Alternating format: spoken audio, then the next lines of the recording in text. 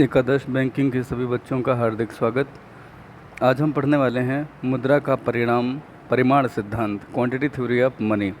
देखिए, मुद्रा का परिमाण सिद्धांत के बारे में कहा जाता है कि यह स्वयं सिद्ध सत्य है जो सभी परिस्थितियों पर लागू होता है, लेकिन इस सिद्धांत का महत्व कुछ भी नहीं है। अब इसका मतलब क्या है कि ये सभी परिस्थितियों में लागू है लेकिन इसका महत्व कुछ भी नहीं है। आइए हम इसी स्टेटमेंट की पड़ताल करते हैं। सबसे पहली बात, इस सिद्धांत की ऐतिहासिक पृष्ठभूमि क्या है।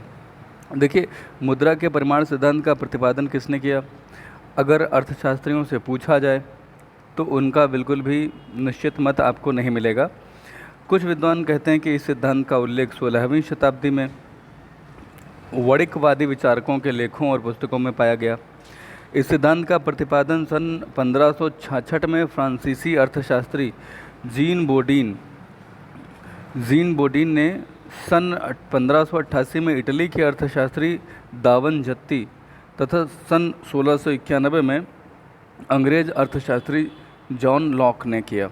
समय समय पर मुद्रा के परिमाण सिद्धांत में संशोधन भी होते रहे। डेविड ह्यूम ने सन 1752 में इसमें सुधार करके इसकी विस्तृत व्याख्या की। 18वीं शताब्दी के अंत तक यह अर्थशास्त्र का एक प्रमुख सिद्धांत माना जाने लगा।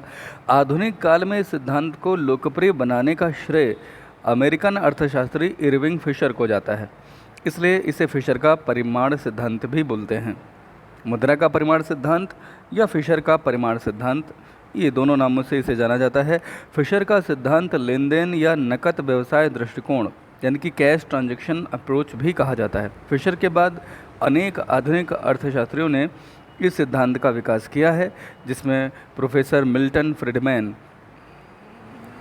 का नाम उल्लेखनीय है। इन्होंने आधुनिक परिमाण सिद्धांत की विवेचना की।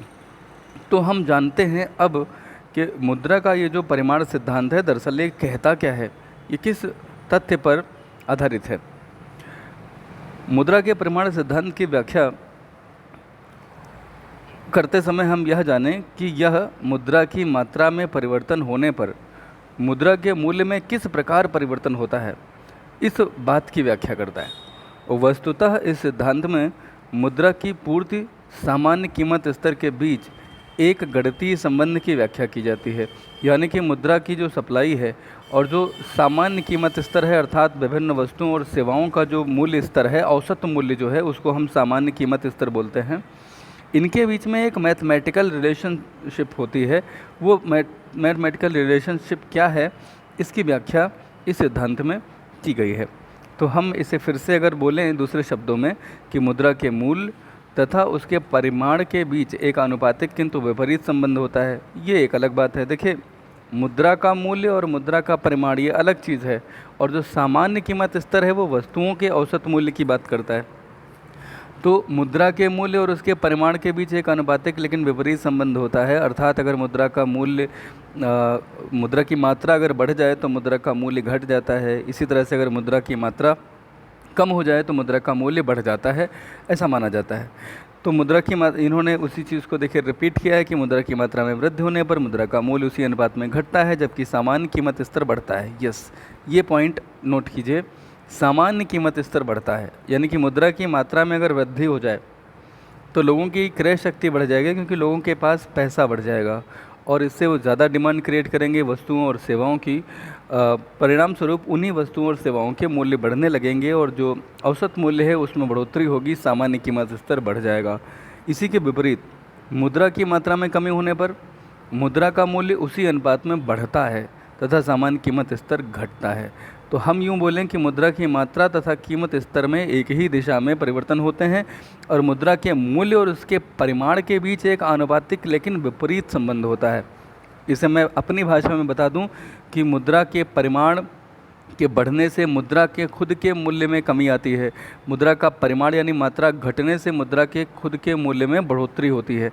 लेकिन मुद्रा की मात्रा बढ़ने से कीमत स्तर में कमी आती है, सामान्य कीमत स्तर में, और मुद्रा की मात्रा घटने से सामान्य कीमत स्तर जो होता है वह भी घट जाता है। तो मैं आपको बताना चाह रहा था कि परिभाषाएं क्या हैं। इसमें से आपको परिभाषा एक तो J.S. मिल की याद रखनी है।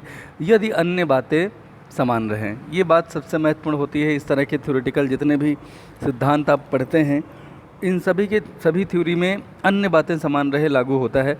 यहाँ पर भी अन्य बातें समान रहें तो क्या होगा कि मुद्रा के मूल्य में परिवर्तन हो। केवल मुद्रा के मूल्य में परिवर्तन जो है वो इसके परिमाण की ठीक विपरीत दिशा में होते हैं। सारी चीज़ें फिक्स कर दीजिए, केवल मात्रा बढ़ाइए, परिमाण यानी मात्रा बढ़ाइए या घटाइए, तो मुद्रा के मूल्य परिमाण बढ़ाने पर घटेंगे और परिमाण घटाने पर बढ़ेंगे। मुद्रा की मात्रा में प्रत्येक वृद्धि इसके मूल्य को उसी अनुपात में घटा देती है और परिमाण में प्रत्येक कमी मूल्य को उसी अनुपात में बढ़ाती है। ये है आपका मुद्रा का परिमाण सिद्धांत। ठीक है। सेयर्स की परिभाषा अच्छी है इस मामले में कि मुद्रा के परिमाण में परिवर्तन होने से मुद्रा का मूल्य इस परिवर्तन के अनुपात में ही, यानी कि जितने प्रतिशत की बढ़ोतरी या कमी आएगी मुद्रा की मात्रा में, उतने ही प्रतिशत की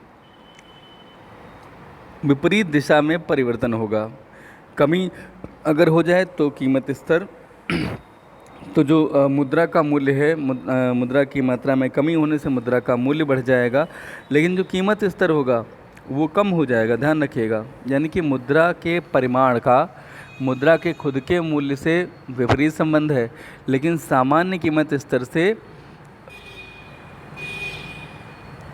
सकारात्मक या समान संबंध है, समानता का संबंध है। ठीक है, ये दो परिभाषाएं आपको अच्छे से समझ लेनी है। फिर इसमें बात आती है सिद्धांत के प्रमुख निष्कर्ष क्या हैं। मैं निष्कर्षों की बात करता हूँ। पहला, हमें मुद्रा के परिमाण सिद्धांत से क्या पता चलता है। पहला कि मुद्रा के परिमाण तथा मुद्रा के मूल्य में विपरीत आनुपातिक संबंध है। यही तो हम अभी पढ़ रहे थे, कुछ भी नया नहीं आएगा, सब कुछ वही आएगा जो आपने अभी पढ़ा। दो चीज़ें निकल के आती हैं कि मुद्रा की मात्रा और मुद्रा के मूल्य में विपरीत आनुपातिक संबंध है, और मुद्रा के परिमाण तथा सामान्य कीमत स्तर में बिल्कुल सीधा सीधा संबंध है। तो पहले हम जानें कि अन्य बातें अगर समान रहें तो जिस अनुपात में मुद्रा की मात्रा में वृद्धि होगी उस अनुपात में मुद्रा के मूल्य में कमी होगी। इसके विपरीत जिस अनुपात में मुद्रा की मात्रा घटती है उसी अनुपात में मुद्रा का मूल्य बढ़ जाता है। मुद्रा के परिमाण और सामान्य कीमत स्तर में क्या संबंध है। अन्य बातें अगर समान रहें, ये तो हमेशा लागू होगा। तो मुद्रा की मात्रा बढ़ने पर देश के सामान्य कीमत स्तर में उसी अनुपात में वृद्धि हो जाती है। इसके विपरीत मुद्रा की मात्रा में कमी होने पर सामान्य कीमत स्तर में उसी अनुपात में कमी हो जाती है। और तीसरा पॉइंट और कुछ नहीं है, इसी का रिपीटिशन है। रिपीटिशन क्या कहता है, रिपीटिशन ये कहता है कि हाँ, रिपीटिशन ये कहता है कि अन्य बातें समान रहें, यानी कि मुद्रा के परिमाण और मुद्रा के मूल्य तथा सामान्य कीमत स्तर में पारस्परिक आनुपातिक संबंध ये जो भी बनेंगे वो अन्य बातों के समान रहने पर ही निर्भर करते हैं। इसका अर्थ यह हुआ कि यह सिद्धांत कुछ मान्यताओं पर ही आधारित है। अच्छा, ये तो सामान्य सिद्धांत रहा। फिशर ने इस सिद्धांत की व्याख्या की थी। चूँकि फिशर की व्याख्या काफ़ी महत्वपूर्ण है, इसीलिए आप समझ सकते हैं कि फिशर की इस व्याख्या का महत्व कितना ज़्यादा था कि फिशर के ही नाम से इसे फिशर का परिमाण सिद्धांत भी कहा जाता है। हुआ यह था कि प्रोफेसर इरविंग फिशर ने सन 1911 में एक अपनी पुस्तक the purchasing power of money में मुद्रा के परिमाण सिद्धांत के नकद व्यवसाय दृष्टिकोण यानी कि ट्रांजैक्शन अप्रोच का प्रतिपादन किया। फिशर कहते हैं कि मुद्रा के परिमाण सिद्धांत का यह कथन सत्य है कि मुद्रा के चलन वेग और व्यापार की मात्रा के स्थिर रहने पर कीमत स्तर में प्रत्यक्ष रूप से मुद्रा के परिमाण में होने वाले परिवर्तनों के अनुसार ही परिवर्तन होते हैं। ये सेंटेंस बहुत आसान है, मैं इसको थोड़ा सा समझा देता हूँ। कथन जो सही है वो ये है कि मुद्रा के चलन वेग और व्यापार की मात्रा, यहाँ व्यापार की मात्रा का मतलब होता है ट्रांजैक्शन। ठीक, तो मुद्रा के चलन वेग तथा व्यापार की मात्रा के स्थिर रहने पर मुद्रा के चलन वेग यानी कि वेलोसिटी में कोई गड़बड़ी ना हो, कोई कमी ना हो, वो स्थिर रहे, फिक्स्ड हो जाए। ठीक है, और इसी तरह से जो ट्रांजैक्शन है उसमें भी कोई चेंजेस ना हो, यानी कि अन्य बातें समान रहने पर। फिर क्या होगा, कीमत स्तर में प्रत्यक्ष रूप से मुद्रा के परिमाण में होने वाले परिवर्तनों के अनुसार, यानी कि मुद्रा के परिमाण में जो परिवर्तन होंगे उन्हीं के अनुसार कीमत स्तर में सीधा सीधा परिवर्तन होंगे। यानी कि ये यहाँ पर मुद्रा के खुद के मूल्य की बात नहीं कर रहे हैं, ये कह रहे हैं कि अगर मुद्रा का चलन वेग सामान्य रहे, व्यापार के ट्रांजैक्शंस की मात्रा भी वही रहे, तो जो सामान्य कीमत स्तर होता है, यानी वस्तुओं का जो विक्रय मूल्य है, जिसके आधार पर महंगाई को मापते हैं, उसमें प्रत्यक्ष रूप से वही परिवर्तन आएंगे जो कि मुद्रा की मात्रा में परिवर्तन हो रहे होंगे। अर्थात अगर मुद्रा की मात्रा बढ़ रही हो तो कीमत स्तर भी बढ़ेगा, उसी अनुपात में, उसी डिग्री में बढ़ेगा, उतने प्रतिशत बढ़ेगा जितने प्रतिशत मुद्रा की मात्रा बढ़ी है। और अगर मुद्रा की मात्रा घट जाए तो उतने प्रतिशत ही सामान्य कीमत स्तर घटेगा जितने प्रतिशत मुद्रा की मात्रा घटी है। इसको एक समीकरण से फिशर समझाते हैं, equation of quantity theory of money. इसको ध्यान से सुन लीजिए। आज का टॉपिक हमारा बस इतना ही रहेगा। मुद्रा की मात्रा तथा मुद्रा के मूल्य को स्पष्ट करने के लिए अर्थशास्त्रियों ने सबसे पहले क्या किया, कुछ गणितीय समीकरणों का प्रयोग किया और मुद्रा के स्वरूप में परिवर्तन होने के साथ साथ इस सिद्धांत के समीकरणों में भी परिवर्तन होते चले गए।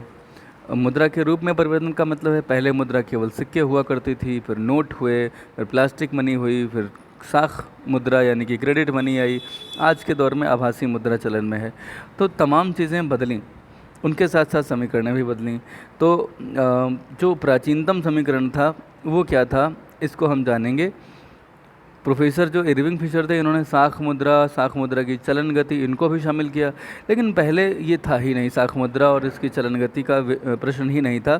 प्राचीनतम समीकरण में जो प्राइस था, ठीक है, प्राइस मतलब general price level, P general price level, इसको मापते थे M/T से। M का मतलब था मनी इन सर्कुलेशन, यानी कि मुद्रा की मात्रा, ऊपर ये क्या है, मुद्रा की मात्रा, चलन में मुद्रा की मात्रा, और T का मतलब है व्यापार या सौदों की मात्रा, यानी कि general price level is equal to money in circulation upon volume of trade और ट्रांजेक्शन्स। तो ये बताता क्या है कि यदि व्यापार की मात्रा स्थिर रहे और जिस अनुपात में मुद्रा की मात्रा में परिवर्तन होगा उसी अनुपात में सामान्य कीमत स्तर में भी परिवर्तन होंगे, यानी कि मुद्रा की मात्रा और सामान्य कीमत स्तर में प्रत्यक्ष अनुपातिक संबंध होता है। इसका दोष यह है कि इसमें मुद्रा की वेलोसिटी यानी चलन गति का कोई ध्यान ही नहीं रखा गया, जबकि मुद्रा की जो चलन गति होती है वह मुद्रा की उपलब्धता यानी कि पूर्ति को प्रभावित करती है। अगर कहीं पे एक नोट है और वो जल्दी जल्दी लोगों के हाथों में आ रहा है तो उसकी आपूर्ति ज़्यादा होगी उस अर्थव्यवस्था में, और अगर चलन गति कम है तो उसकी आपूर्ति कम हो जाएगी। तो ये जो पुराना आपका सिद्धांत है, पुराना समीकरण, प्राचीन समीकरण, इसमें चलन गति को ध्यान में नहीं रखा है। साथ ही साथ इसमें साख मुद्रा को भी शामिल नहीं किया गया है, केवल और केवल जो नोट और सिक्के होते हैं उन्हें शामिल किया गया है। तो चलन गति को अगर समावेश करके हम संशोधित समीकरण बनाएं तो क्या बनेगा, P is equal to M/V/T, यानी यहाँ V क्या है, M तो आपको पता ही है, मनी इन सर्कुलेशन, V क्या है, वेलोसिटी ऑफ मनी। तो इससे क्या होगा कि जो मुद्रा की मात्रा है वो आपने कैसे माना कि जो मुद्रा के जो नोट्स हैं सर्कुलेशन में और उनकी वेलोसिटी, ये मुद्रा की आपूर्ति मानी गई। तो ये सिद्धांत अच्छा है। इसकी एक कमी कि इसमें केवल चलन गति को शामिल किया गया था, इसमें साख मुद्रा को भी शामिल नहीं किया गया।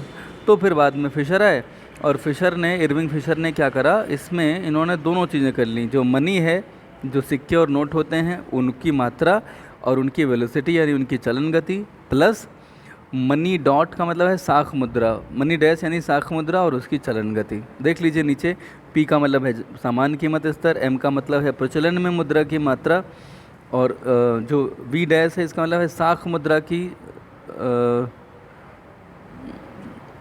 चलन गति, और जो माफ़ कीजिएगा, V का मतलब है मुद्रा की चलन गति, M का मतलब है प्रचलन में मुद्रा की मात्रा, M डैश का मतलब है चलन में साख मुद्रा की मात्रा, और V डैश का मतलब है साख मुद्रा की चलन गति। T तो व्यापार की संख्या या ट्रांजैक्शन होता ही है। अगर हिंदी में आप इसे समझना चाहें तो हिंदी में भी आप इसे समझ सकते हैं, उसमें कोई बहुत बड़ा इशू नहीं है। आइए मैं समझा देता हूँ।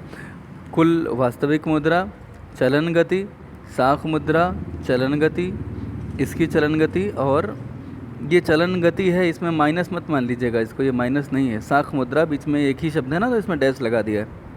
तो फिशर के उक्त समीकरण को निम्न प्रकार भी लोग लिखते हैं। देखिए यहाँ पे T इधर था, अगर आप इधर ले जाएं तो PT हो जाएगा ना, तो PT is equal to MB plus M dash V dash. इसको ज़रा ध्यान से सुनिएगा, ये इनका स्पष्टीकरण है। चलिए इसके सिद्धांत को हम स्पष्ट करेंगे बाद में, आज के लिए इतना ही रखते हैं इसमें। Thank you very much.